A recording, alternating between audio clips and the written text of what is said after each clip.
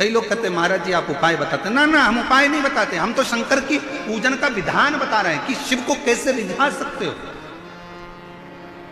बिना आडंबर के। शिव को तुम्हारा आडंबर नहीं चाहिए, शंकर को दिखावा नहीं चाहिए, बिना आडंबर के रिझा, बिना आडंबर के उसके समर्पित होकर उसके पास जाओ, कोई दिखावा नहीं है। कोई तुमसे कहे बताओ पूजन की थाली में तेरे तो चंदन नहीं है, हो भैया नी है तो नी है, उसको जो अच्छा लगा उसको रखवा के लिया है। कोई तुमसे कहते तेरी पूजन की थाली में तो बेलपत्र नहीं है, नी है तो नी है, उसको जो अच्छा लगेगा वो करेगा। कोई तुमसे कहे तुम्हारी पूजन की थाली में तो ये सामान नहीं है, नी है तो नी है। हम तो बाबा के भरोसे चलते हैं, हम तो बाबा के भरोसे चलते हैं। ये दुनिया वाले जलते हैं, ये दुनिया वाले जलते हैं, डमरू वाले के भरोसे चलते हैं। हमें नहीं मालूम, कोई कहे तुमने ये वाला मंत्र गलत पढ़ दिया, कोई कहे तुमने ये गलत बोल दिया, कोई कहे तुमने ये गलत कर दिया, कोई कहे तुमने पूजन में ये मंत्र बोलना था, कोई ने कहा तुम्हें वो मंत्र बोलना था। हाथ जोड़कर कहना मुझे नहीं मालूम कि मुझे कौन सा मंत्र बोलना था, मैं तो केवल एक मंत्र जानती हूँ। एक मंत्र मेरा है, या तो मैं पंचाक्षर मंत्र का जाप कर लूँ नमः शिवाय, षडाक्षर मंत्र का जाप कर लूँ ओम नमः शिवाय, और नहीं तो मैं तो एक मंत्र जानती हूँ श्री शिवाय नमस्तुभ्यम। हे शंकर पार्वती मैं आपको नमन करती हूँ, बस इतना जानती हूँ, मैं आपको प्रणाम करती हूँ और मुझे कुछ नहीं है, कुछ और कुछ भी नहीं है, कुछ नहीं है हमारे पास।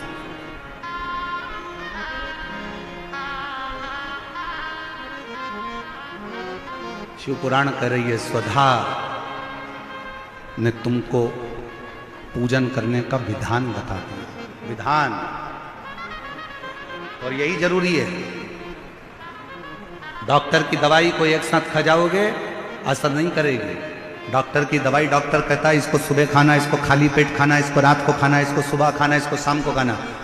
आज पहले भी आप लोग शंकर के मंदिर जाते थे, पहले भी आप सोमवार का व्रत करते थे, पहले भी आप सावन महीने में मंदिर जाते थे, पहले भी आप शिवरात्रि पर जाते थे, पर आज के समय में पूरे मंदिरों में जो रोज की भीड़ बढ़ी है, आज के जमाने में जो मंदिर में लोग शंकर की आराधना कर रहे हैं, उनको समझ में आ गया कि शंकर को रिझाना कैसे है, शंकर को मनाना कैसे है, कैसे चावल का एक दाना चढ़ाना है, कैसे बेलपत्र चढ़ाना है। उसको समझ में आ गया कि बेलपत्र की डंडी का भाग कहाँ होना चाहिए। जब हम वंश वृद्धि के लिए अगर शिव जी को बेलपत्र चढ़ा रहे हैं तो बेलपत्र की डंडी का भाग अशोक सुंदर की ओर रख रहे हैं। जब हम अपने रोग की मुक्ति के लिए अगर बेलपत्र चढ़ा रहे हैं तो डंडी का भाग अपनी ओर कर कर शिव जी को चढ़ा रहे हैं। जब हम अपने बच्चों के लिए कुछ मांग रहे हैं तो बेलपत्री का भाग हम उत्तर की ओर कर दे रहे हैं, डंडी का भाग। उसको समझ में आने लगा कि शिव को कैसे रिझाना, शंकर को कैसे रिझाना।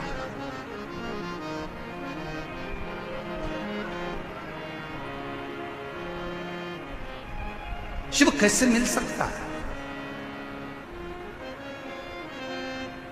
शिव तत्व किसको कहते हैं।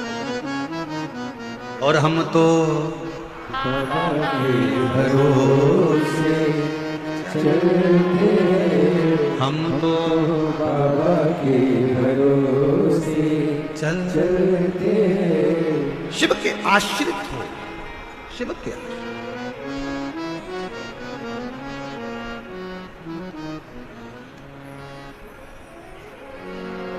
अपने बच्चों को ये ज्ञान दे दो, बच्चे छोटे हैं उनको ये ज्ञान दो कि शंकर के मंदिर में जाया, मुख से उच्चारण करा करो श्री शिवाय, बच्चों को ये ज्ञान दो, उसका फल मिलेगा। और फिर निवेदन करूं, कोई लेट बनता है कोई जल्दी बनता है, शिव को जल चढ़ाने वाला एक दिन सेठ जरूर बनता है, शंकर कृपा जरूर करता है, जरूर। एक विश्वास। और फिर निवेदन है, सीहोर वाले महाराज पर भरोसा बिल्कुल नहीं करना है। आपका और हमारा कोई संबंध नहीं, संबंध बनाना है तो मेरे देव अधिदेव महादेव से संबंध बनाना है। शंकर पर भरोसा करो, शिव पर भरोसा। जिसने हमारा हाथ पकड़ रखा है वो तुम्हारा भी हाथ जरूर पकड़ेगा। उसको तुमसे कुछ नहीं चाहिए, ना तुम्हारी दौलत, ना तुम्हारा धन, ना तुम्हारी जायदाद, ना तुम्हारी सत्ता। उसको तो तुमसे केवल एक लोटा जल, और जल भी हो तो ठीक है, नहीं हो तो 3 बार ताली। वो भी नहीं हो तो मुख से बोल दो बम बम बोले, और अगर वो भी ना बोल सको तो मुख से बोल लो हर हर महादेव। और अगर ये भी ना बोल पाओ तो उसके मंदिर के सामने से मुस्कुरा कर निकल कर चले जाओ। वो भी ना कर पाओ तो उसके मंदिर के शिखर का मात्र दर्शन कर लीजिए, वो जीवन का सारा सुख प्रदान कर देगा। सारा सुख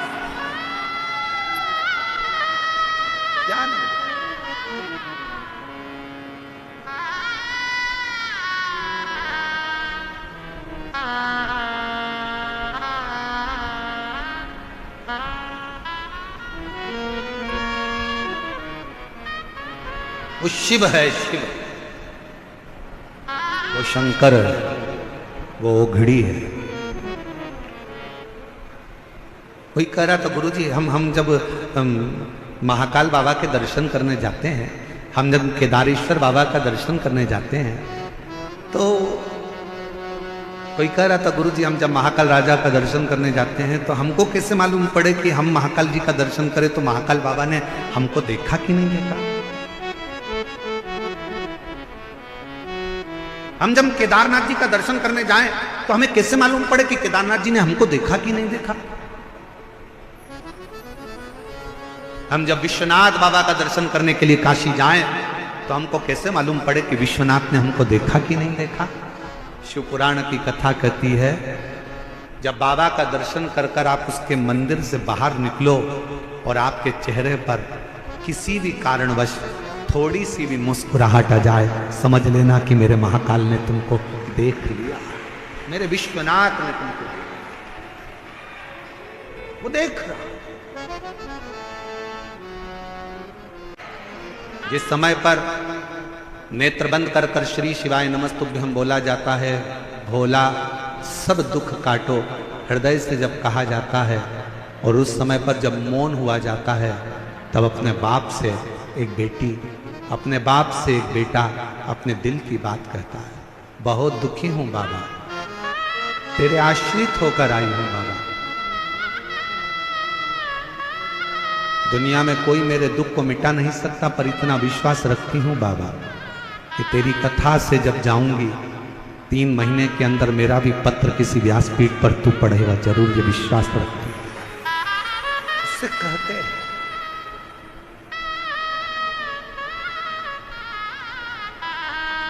वो भरोसा आपके भीतर होना चाहिए, वो विश्वास आपके भीतर होना चाहिए। आप ओ बाबा तेरे बिना ओ शंभो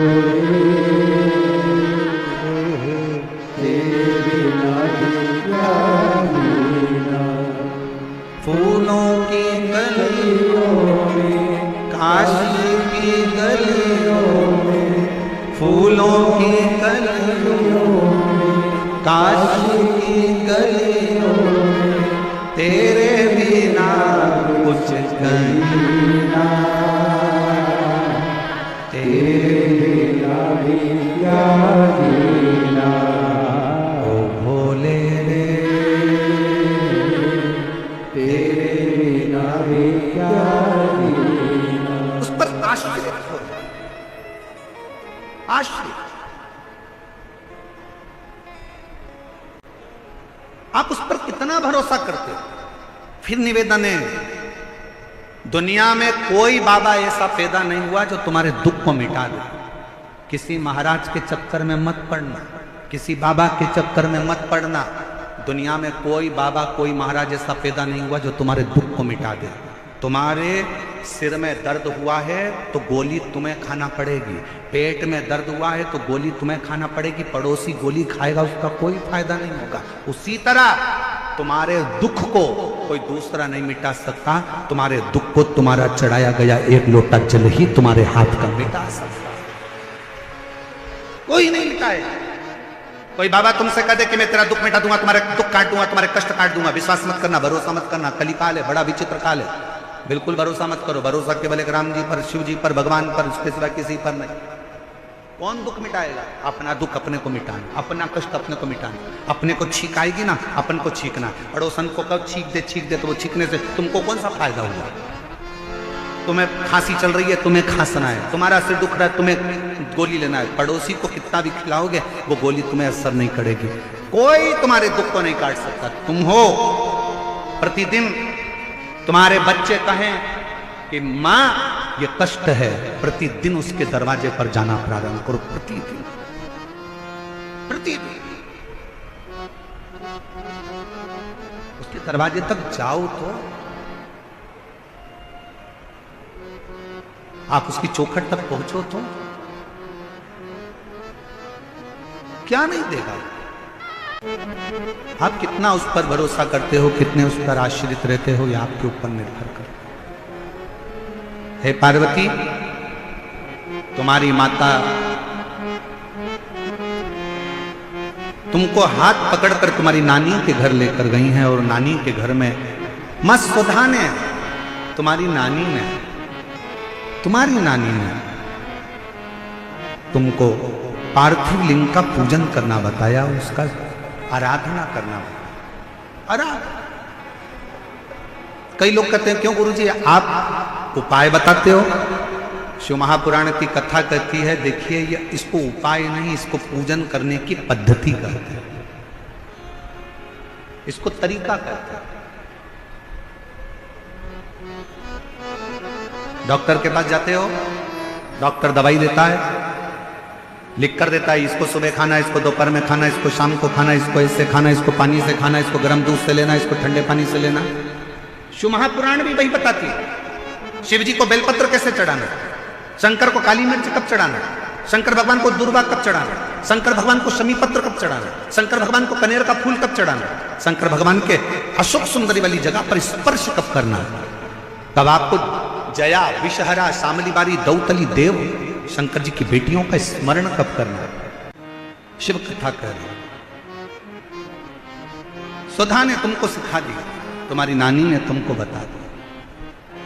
और सुनो पार्वती, तुम्हारी नानी ने जो तुमको पूजन का विधान बताया और तुमने उसी पूजन के विधान से मुझे पाने के लिए पूजन करना प्रारंभ करी, और ऐसा तब तुमने करा कि तुम्हें मैं मिल गया, तुम्हें मैं मिल गया।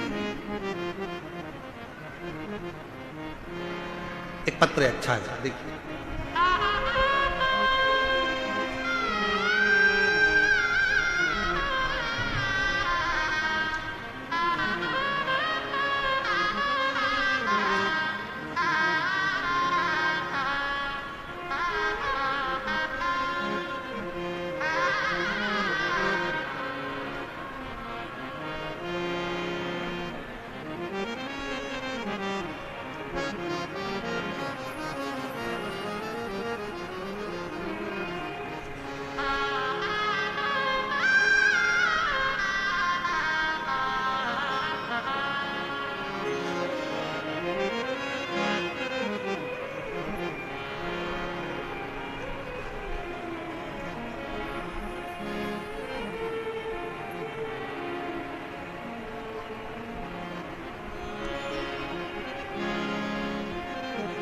मैं बाबा भोले की बेटी, मेरा नाम आरती बक्सी और मेरे पति का नाम राकेश बस्सी।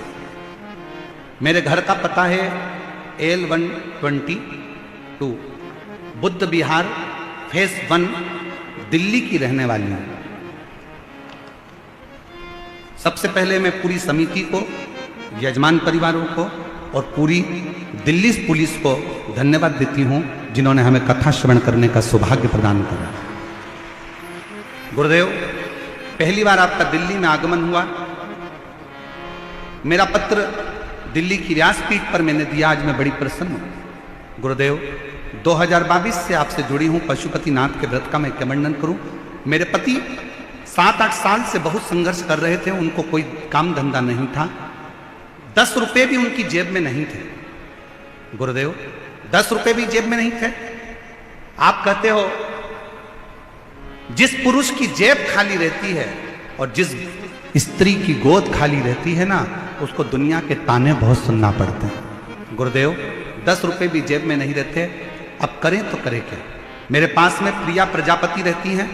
उन्होंने मुझसे कहा, भाभी आप भैया कितने परेशान रहते हैं, एक महाराज आस्था चैनल पर आता है, शिव पुराण की कथा करता है, तुम वो कथा सुनो, पशुपतिनाथ का व्रत करो। मैंने हंसकर उससे कहा कि ऐसे व्रत करने से कुछ नहीं होता, क्या महाराज कहीं से पैसा ला कर दे देगा। मैंने ऐसा कहकर बात को टाल दिया, हंसकर मैंने उसको जवाब दे दिया। थोड़े दिन के बाद फिर परेशानी आई। वो प्रिया प्रजापति ने फिर कहा, भाभी तुम एक बार मेरा कहना मानो, पशुपतिनाथ के 5 व्रत हैं, आप एक बार करो तो सही। मैंने फिर महाराज जी आपको अपशब्द कह दिया और आड़ा टेढ़ा कहकर मैंने व्रत नहीं करे।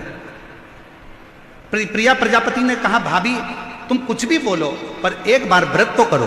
और मैंने उसके कहने पर पहली बार अपने पति के साथ मिलकर पशुपतिनाथ का व्रत किया। व्रत कर कर पति अपने काम पर चले गया।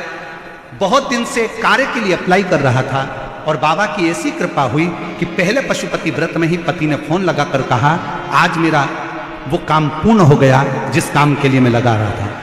बाबा की ऐसी कृपा हुई।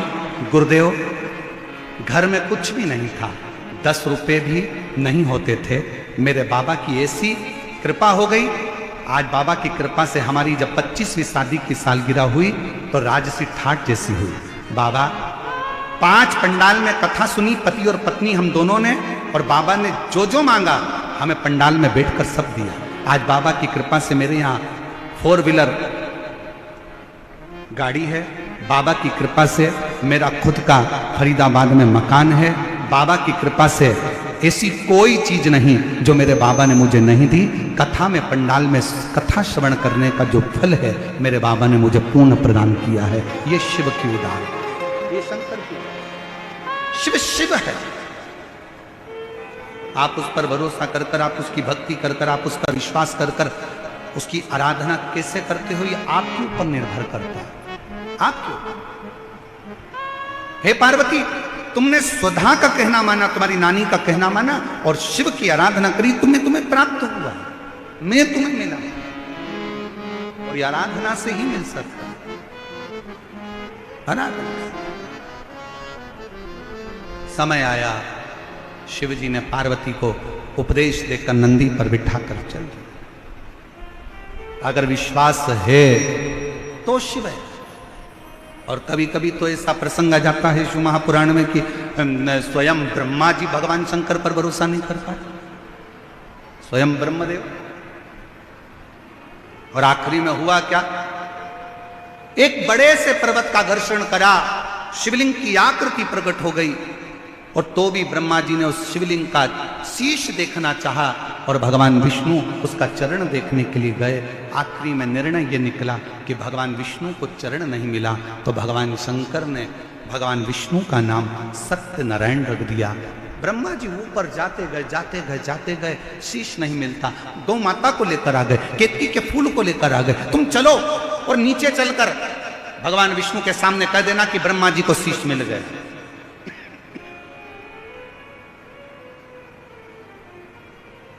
ब्रह्मा जी को यह नहीं मालूम था कि शंकर भगवान को जितनी बेलपत्र में प्रेम है, शिव जी को जितना बेलपत्र से प्रेम है, शिव जी को उतना सत्य से प्रेम है, सत्य से। इसलिए शिव जी का नाम सत्यम, जम के बोलो जरा, सत्यम शिवम। इसलिए शिव जी का नाम सत्यम शिवम, शिव शिव है।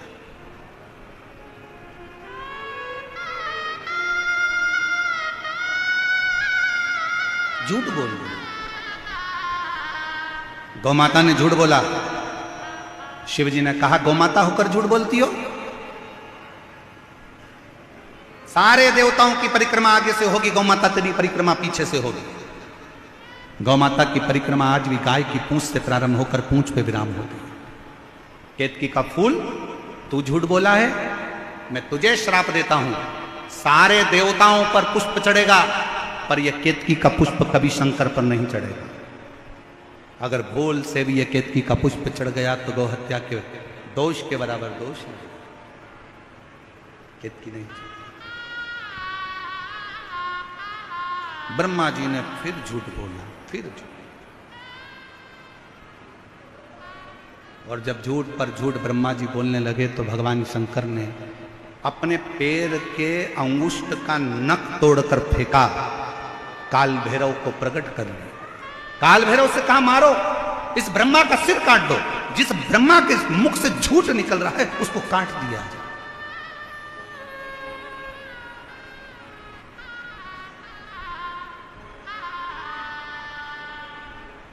ब्रह्मा जी का शीश काल भैरव ने अपने नख को तोड़कर फेंका और ब्रह्मदेव का शीश कट गया।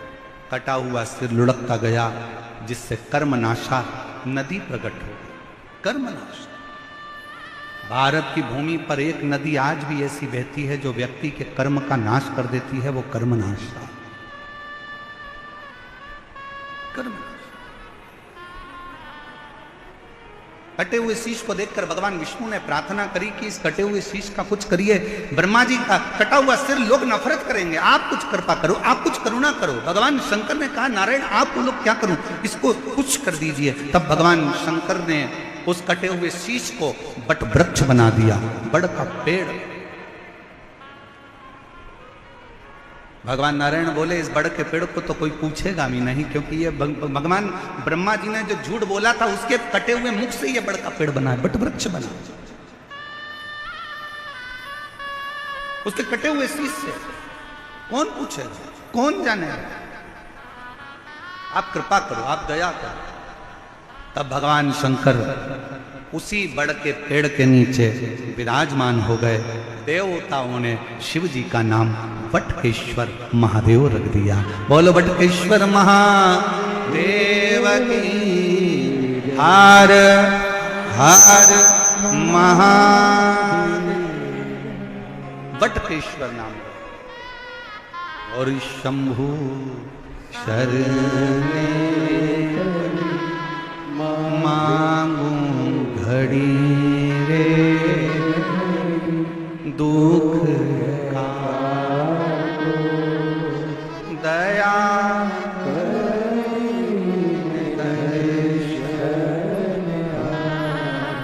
ओ शंभो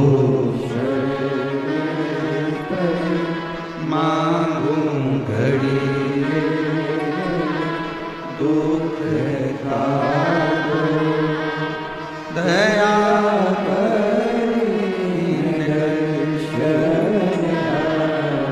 शिव जी का नाम बटकेश्वर महादेव हो। ये शिव जी का वो नाम है, कितना भी कर्जा हो, कितना भी दुख हो, कितनी भी तकलीफ हो, बट वृक्ष के नीचे अगर कोई शंकर जी का शिवलिंग है, वहां एक लोटा जल समर्पित करना प्रारंभ करो, शिव जी से प्रार्थना करना प्रारंभ करो। मेरा शंकर भगवान ओघड़दानी तुम्हारे ऊपर कृपा करना प्रारंभ कर देगा और कर्जे से मुक्त करना प्रारंभ कर देगा। कर्जे से। और मान लो अगर कोई बहुत बड़ी तकलीफ आकर खड़ी हो गई हो, बहुत बड़ी तकलीफ, बहुत बड़ा कष्ट आ गया हो, तो बटकेश्वर महादेव का नाम लेकर, बटकेश्वर महादेव का नाम लेकर कहीं पर भी, आपके घर में भी बैठकर आप अगर श्री शिवाय नमस्तुभ्यम का 5 बार स्मरण करोगे तो उसका फल अवश्य प्राप्त। कौन से महादेव? जम के बोलो जरा, बटकेश्वर महादेव। श्री शिवाय नमस्तुभ्यम, श्री शिवाय।